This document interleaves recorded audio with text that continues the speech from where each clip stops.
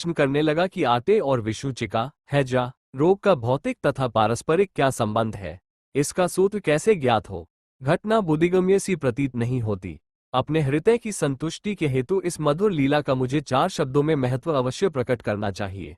लीला पर चिंतन करते हुए मेरा हृदय प्रफुल्लित हो उठा और इस प्रकार बाप का जीवन चरित्र लिखने के लिए मुझे प्रेरणा मिली। ये तो सब लोगों को विदित ही है कि यह कार्य बाबा की कृपा और शुभ आशीर्वाद से सफलतापूर्वक संपन्न हो गया। शिरडीवासियों ने इस आटा पीसने की घटना का जो अर्थ लगाया वह तो प्रायः ठीक ही है, परंतु उसके अतिरिक्त मेरे विचार से कोई अन्य भी अर्थ है। बाप शिरडी में 60 वर्षों तक रहे और इस दीर्घ काल में उन्होंने आटा पीसने का कार्य प्रायः प्रतिदिन ही किया। पीसने का अभिप्राय गेहूं से नहीं, वरन अपने भक्तों के पापों, दुर्भाग्यों, मानसिक तथा शारीरिक तापों से था। उनकी चक्की के 2 पाटों में ऊपर का पाट भक्ति तथा नीचे का कर्म था।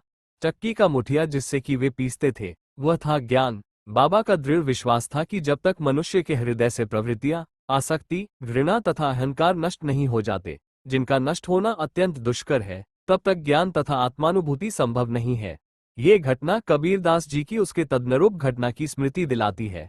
कबीरदास जी एक स्त्री को अनाज पीसते देखकर अपने गुरु निपति निरंजन से कहने लगे कि मैं इसलिए रुदन कर रहा हूं कि जिस प्रकार अनाज चक्की में पीसा जाता है, उसी प्रकार मैं भी भवसागर रूपी चक्की में पीसे जाने की यातना का अनुभव कर रहा हूं।